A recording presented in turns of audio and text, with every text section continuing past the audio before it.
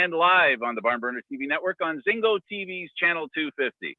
Don't forget to download the BarnBurner and Zingo apps available on Android and iOS. Check out our BarnBurner.ca website for all the information you want and more in sports on all forms of media, including articles.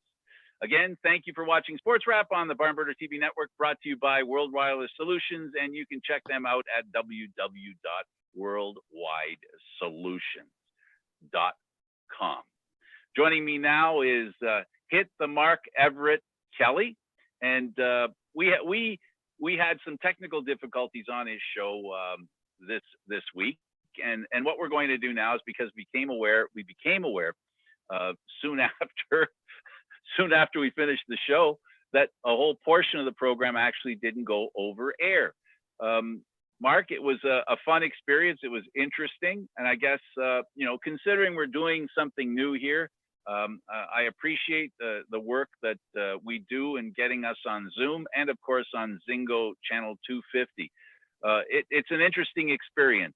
It's a learning curve, to say the least. Absolutely. Everything's a learning curve, but I enjoy doing this. It's a lot of fun, and I absolutely enjoy working with you and everyone else over at the BarnBurner TV Network. So this is just all gravy, as they say. But one thing we were talking about was the list of World Series winners. I thought was interesting that came out. But I mean, before we do that, Frank, is there any other news that you want to get to before we do that? Let's start and see if we can use up a few minutes on this, and then you know what, let's start with local news here in Toronto. Okay. The mayor of Toronto is discussing with Maple Leaf Sports and Entertainment about bringing back the team. I don't know what it's like in other cities and what you've heard. This is the tail wagging the dog. This is the mayor saying, come on guys, let's bring you in. Let's get this thing rolling. The sporting community and the sporting business here in Toronto is very prolific, and I'm sure it's the same in other places. Have you experienced, and I've been following, I have not seen a city that's gone out of its way to invite the local sports franchises to open up, other than the state of Florida. I mean, here in New York, Governor Cuomo's been very strict, to say the least, of how to handle the virus, because this is one of the heaviest breakout states. So he's got to be very careful.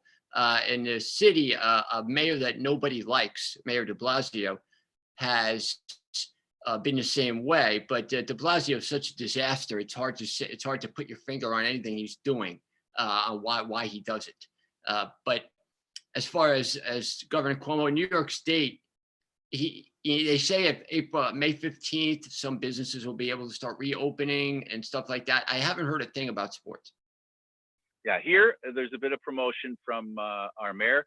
In fact, our mayor used to be the commissioner of the Canadian Football League for about 3-4 years, and he was the commissioner during a really financial bad time for the Canadian Football League, when it came close to going under.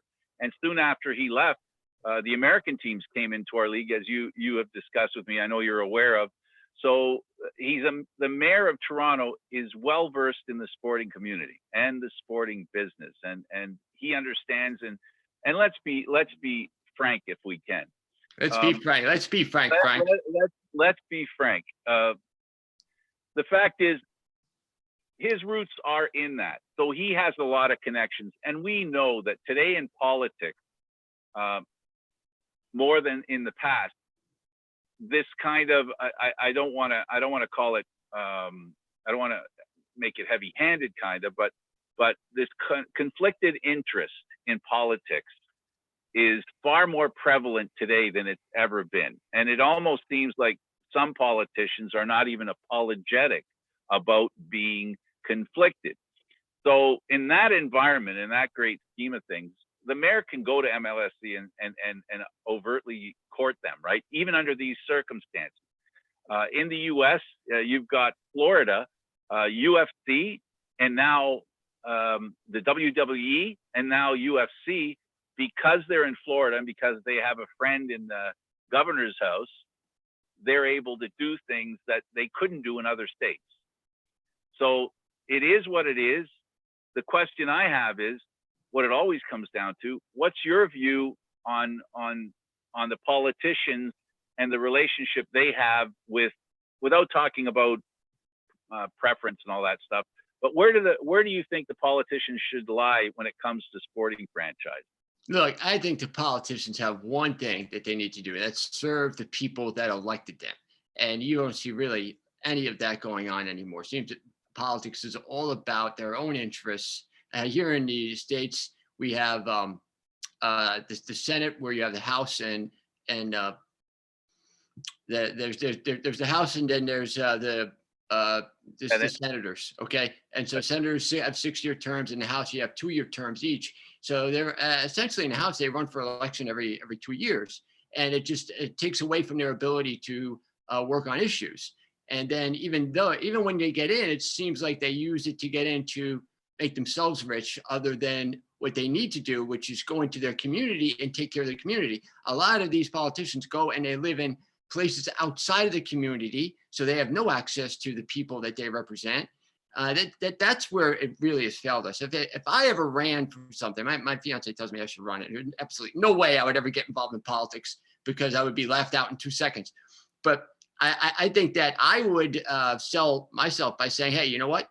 All these other people, they don't live in your community. I am going to live right in the middle of your community. This is where I will be. This is how you can access me, and this is how I will serve you. That doesn't happen anymore in politics. Well, I don't want to get in the weeds with politics. The bottom line is the National Hockey League, the NBA, the NFL, MLS, UFC, WWE, NASCAR, I'll keep naming them, everyone you name. It's not up to them when they have access to the stadiums. It's up to where the stadiums are, and what government, whether it's the province, state, or region. It's up to them to determine. And Gary Bettman in the National Hockey League has made it very clear. You can go back to practice if and when the local health care department, and that ultimately is where it lies. Right, and that's going to be difficult when you have all those different things involved. Yep. And there's been hockey players that have already playing Americans playing for Canadian teams. Justin Holl, he's from Minnesota, and he's been voicing his opinion, which is basically, I want to know from the Players Association and the league when I'm going back to Toronto. I'm not just going back on my own. I have a family here, and I'm going to do what needs to be done when the group decides it, which I think is what is fair, and that's the smart thing to do. Right. I don't think any individual should take it in their own hands, I guess, unless their hometown happens to be where they play. There is that as well. We're finding some teams are saying, okay, guys, you can practice or you can prepare, do it on your own wherever you are. Right. For now, until we figure out how we can do this in a way that is not causing any distress or health concerns for anyone. Right. I mean, there's separation between the state and the federal government. So the states usually have control over what they do. In an instance like this, it would help if we had direction from the federal government and says, okay, as far as I'm concerned, you are allowed to start playing again. Now let's try and coordinate within the states how to do that so we can get it underway. Because like you said, otherwise there's going to be some teams be able to, some teams won't. And then how can you really run a league like that? So hopefully that will get worked out in the next couple of weeks as we talk about opening up again. Now in Canada, what we're doing here, our prime minister, basically, he's yielding to the provinces and the cities.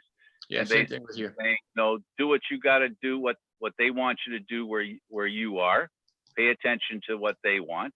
Mm-hmm. It's not, and in the States, you have a federal government that's very clear about what you want. It's just the problem is it's two different things they're very clear about. We want to open up, go ahead and open up. And then you have a set of rules guidelines that don't agree with opening up. So in essence, what it comes down to really, the result is the same, in my opinion, Mark. No matter how you sliced it, because of your president and of your federal government, they're basically saying do what you want, do what the states want, because at the end of the day, they're giving you both options anyway. Yeah. So the state will have control, the city will have control. It's just two different ways of delivering it. One says nothing and just says they do it all, and the other says here's a bunch of options, pick one you like. Right. No. So and then I have an opinion that we should set the states free. So that's fine for now. And the biggest thing that concerns me in sports right now are the athletes. And I think the difficulty players are having, is making the decision to actually leave their family. They're coming to terms with the fact, I think that's the thing that's coming out now, is that the players are beginning to realize to play, they may have to be away from their family. Right. It may be too much to ask to bring your family in. We only got a minute until we can talk about the World Series. Right. Go for it.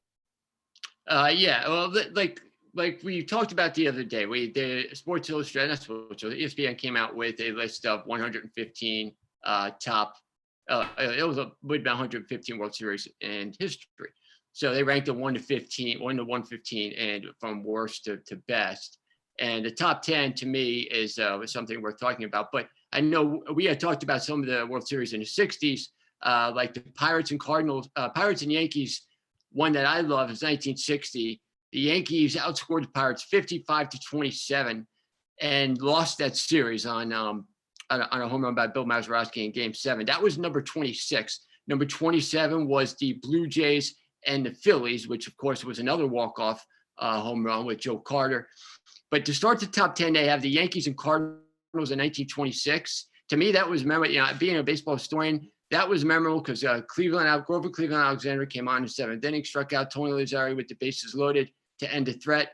And then that game ended on a caught stolen. Babe Ruth was caught stealing second base, and that ended the series. Ended in Game 7. Number 9 was the Yankees-Dodgers in 1947, which, again, to me, you had Bill Bevins in Game 4 coming within 1 out of the first no-hitter, and Cookie Lavagetto getting a game-winning 2-run double to beat him and tie that series at 2. And then in Game 6, you had Al Gianfrido robbing Joe DiMaggio of a double that would have gotten the Yankees to within 8-7. 2 memorable plays in World Series history. Number 8 was a World Series between the Red Sox and the Giants in 1912, the first ever walk-off with the Giants losing to the Red Sox. And the 12th inning, Walter Johnson, Tris Speaker wound up getting one of the big hits in that game. Giants outfielder Fred Snodgrass made a big error in that game that led to the tying run scoring, the winning run scoring, which would go down in baseball history as one of the greatest muffs ever. Number 7 was Yankees-Dodgers 1952. Which was known for Jackie Robinson hitting a pop-up Billy Martin, making a great catch with the bases loaded in the bottom of the 7th inning. And number 6 was the Yankees-Diamondbacks in 2001. I know we had talked about that one before. What do you really remember about that series in 9/11? Well, that was the series where the Diamondbacks, I'll say they came out of nowhere. They weren't, for the longest time. Who would have even thought they would have made the playoffs? It's not easy to make the playoffs in baseball. And those guys came from a long way back. They got hot at the right time. They literally got hot at the right time. And they beat a pretty tough team, one that was pretty good themselves through the whole season, not just the end of the season. But yeah, it was one of those wins where you get a small market team beats one of the biggest market teams, if not the biggest market team. That's what made it. And as I grew up as a Yankee fan, and so that was it didn't hurt that much because when I was a young man, I was a Yankee fan. But I know, feeling as a Yankee fan, that one hurt a lot because nobody thought. I don't think there was a single Yankee fan that thought Arizona had a chance. I think that was really a unique one. Number 1, because you had games 4 and 5, which the Yankees rallied to win, being down by 2 runs with 1 out left to go. And Byung-Hyun Kim led up game-tying homers to Tino Martinez and Scott Brosius. And I just remember feeling so bad for Kim.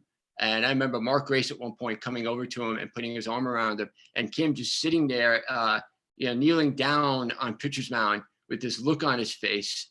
And he was a young kid at that point. He was only in his early 20s. And after that, he never really regained the type of success he had that year with Arizona. Number 5 was the Cardinals and Rangers in 2011, which I had gone through when I did a show with Logan and Frank a couple days ago. We had talked about the craziness on the final day of the 2011 season.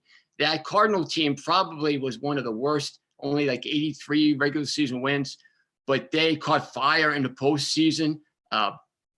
David Freese was a guy who got the game tying hit in game 6 and a game winning hit in extra innings to win that game. The Cardinals twice being down to their final out and rallying to tie that game, eventually win that game.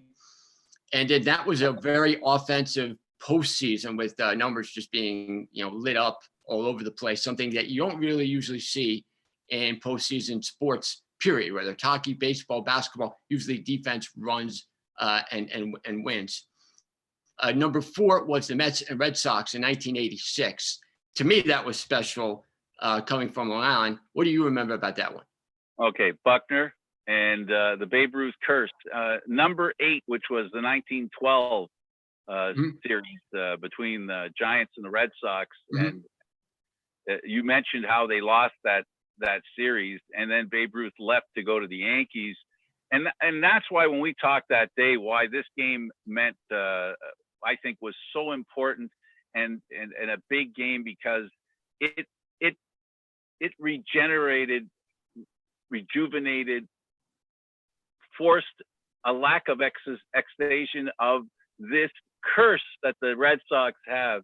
And this game just highlighted it, amplified it. And it was, to me, that's why this series was so important, because there were so many people in Boston and people outside of Boston, Red Sox fans everywhere, that finally said, this is the team that's going to do it. We're finally going to get rid of the Babe Ruth curse. And then that Buckner thing happened. And that's why that day, and that's why I think this series was so significant, because it meant a lot. And until recently, the past few years, the Red Sox hadn't won a World Series. They finally purged that problem later on, but none of those series were as memorable as that one. But that's why that one was so memorable, because of the 1912. It was a series of events, and that's why it sticks in my head. Just the Babe Ruth curse, and when I was watching it, I was a bit younger, and I'm going, wow, it's real. They were talking about the curse like they never got to the World Series, so the curse was not even getting there. But then they got to the World Series, and that happened. You're going, maybe there's something to this curse thing. Yeah, and when you add the fact that they lost in 67 and 75, also in 7-game series, that kind of made it worse. Number 3 was 1924, the Senators over the Giants. Walter Johnson wound up winning that game in 12 innings, and the Senators became the second team to win a walk-off Game 7. Number 2, Twins Braves 1991, to me, one of the greatest, probably the best World Series I ever saw. The number 1, I was only 1 year old when it happened, so I don't remember. But in 91, I remember Game 7, Jack Morris going 10 innings, really the most gutsiest performance I've seen outside of Curt Schilling in Game 5 of the 93 World Series against the Blue Jays. I think that Morris, you just left his heart out there. I remember Lonnie Smith being deked by Chuck Knobloch that prevented a run scoring in the 8th inning. That really affected that game. The Braves had base loaded, nobody out, and they were able to get out of it, the Twins. And then Gene Larkin with the walk-off hit winning that one. And then number 1 was the Red Sox and Reds in 1975. Obviously, you have Carlton Fisk's walk-off in Game 6. At the time, it was only like the 5th walk-off home run in World Series history. And so I historically, because of the curse of the Bambino and because of everything involved, and their stories all over the place, even Good Will Hunting, they bring up that game and that story was so legendary. And the funny thing about that, Bill Lee started Game 7. Red Sox were winning 3-0. The Reds came back and wound up scoring the game-winning run in the 9th inning on a Joe Morgan hit with 2 outs. The Reds, the Red Machine was one of the best teams, if not the best team of that era. And I don't know if there was, when you consider they were playing in Cincinnati, a pretty laid back place, not a New York, not a Boston, not an LA, not even a Chicago, a pretty quiet place. That team had so much excitement around it, and it was full of personalities. You go up and down that dugout, and they had all kinds of personalities, and they were built to win. They were a team, and ball players that they looked like a baseball team. You know what I'm saying? They looked more like a baseball team than a lot of other teams we've seen, and they played like a baseball team. And they had, when you talk about Joe Morgan, I have a book by him, and he was, a player that made young men like me who weren't that tall feel good about being an athlete. Joe You look Morgan, tall to me, Frank. You look tall from here. Well, whatever. I wasn't that tall when I was a teenager, and watching him, I wasn't that tall, and it felt good to see how good he was. And the other thing that the Reds had that a lot of other baseball teams didn't have, they were very cerebral. They were they were intelligent baseball players. Yeah, they were. Was very intelligent. It was interesting for me in that sense. And that's when you talked about Kansas City winning the World Series, I enjoyed that series because they rolled over the Blue Jays in Toronto and basically moved on to the World Series. And they were one of those small market teams, not supposed to win, didn't have that significant a season. And isn't that the beauty of sport? And isn't that what's cool about the World Series and every other big event? Absolutely. Just because you're the best doesn't mean you're going to win. Right. One more thing I got to talk to you about before we get off. Frank Gore signed with the Jets, 3rd all-time leader of rushing. He is 1,370 yards behind Walter Payton, 3,008 yards behind Emmitt Smith. Do you think he'll catch either one of them? How old is he right now? 36, going on 37. 40. Which is going to come first, the record or 40?